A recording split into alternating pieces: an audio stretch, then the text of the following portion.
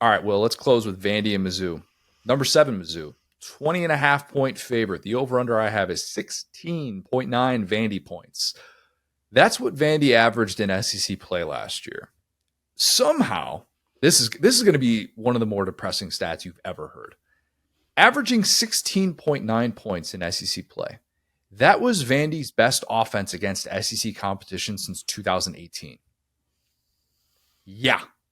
Mind you, that was a Vandy offense that scored 21 points, scored more than 21 points in 2 of its 8 SEC games. That was last year, though. This is Pavia, or as I call it, BP and AP. Well, I guess Pavia is still there, so it's not after Pavia. You get what I'm saying? Yeah. This is the Vandy offense that's putting up 40 a game. This is the Vandy offense that's running out of fireworks. It's kind of a sneaky good test for the Mizzou defense if they can defend a quarterback that does what Pavia does, because they have a handful of games later in the year if they're competing for a playoff spot where it's going to be really important that they're gap discipline against these mobile quarterbacks, guys that like to call their own number at Jalen Milroe. Jackson Arnold obviously showed last week that he's more than capable of doing that. Lenore Sellers, who knows, maybe Marcel Reed could be starting for A&M by the time that they play that game. Did a pretty good job against Castellanos last week, Boston College. It's got to be Castellanos.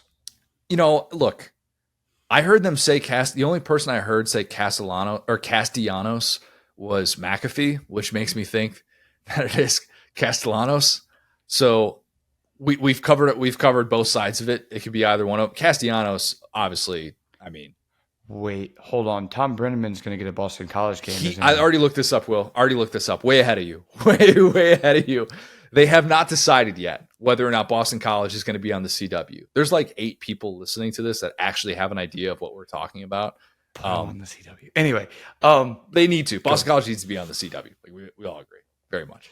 But yeah, I think I'd actually be somewhat impressed with Corey Batoon's defense, a defense that I kind of dogged in the offseason, if they are able to shut down Vandy. And that's not a sentence I say out loud very often. The problem for Vandy is that I think they don't really have a favorable chance of showing a whole lot of discipline against Mizzou's offense for 4 quarters. Maybe early, maybe they have some moments, but it's kind of nice for Drink that he can point out to a top 10 team that he has, like, look, you guys have not been as good as I think you can be, and you're still sitting there with everything in front of you, and you still have all this proven talent. I think that he can avoid a sleepwalk game against Vandy because of what Vandy has already shown, despite the fact that obviously the air fell out of the balloon a little bit with the Georgia State loss. So I'm going to take Vandy to barely cover, but Mizzou wins 35-17. Yeah, I'm right there with you in that, if they convincingly beat Georgia State, I think that Vandy would have been creeping into that others receiving votes category, which is a terrifying thought.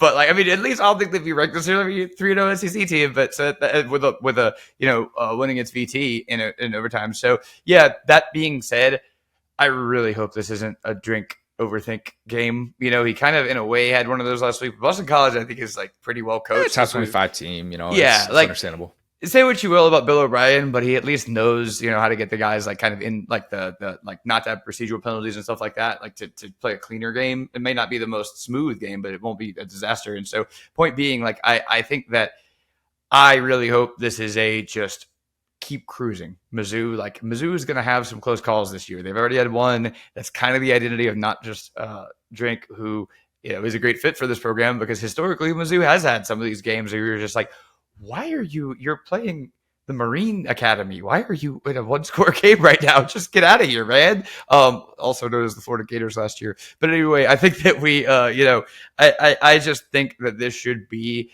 a walk in the park for Mizzou. And again, those are the games you're supposed to, control. Now, that being said, man, I love Pavia, and I hate that the win was taken out of his sails. He's a super fun guy. I think he'll probably be good for about 2 or 3 plays a game where you're like, oh my goodness, how did Vandy end up with this guy? Of course, it's the New Mexico State Illuminati. We've discussed this. If you listen to this podcast, the blood oath they all took together to save Vanderbilt. And that's probably what would come out if, Vanderbilt finds a way to make this close or upset. And I think, I don't spend too much time on this game, but what would you say about the vibe on Vandy and Clark Lee right now? It was pretty destitute at the end of last year. They had the great VT win, you get the Georgia State loss. It's just hard to me to find a pulse on where we're at here. SEC play is going to determine it.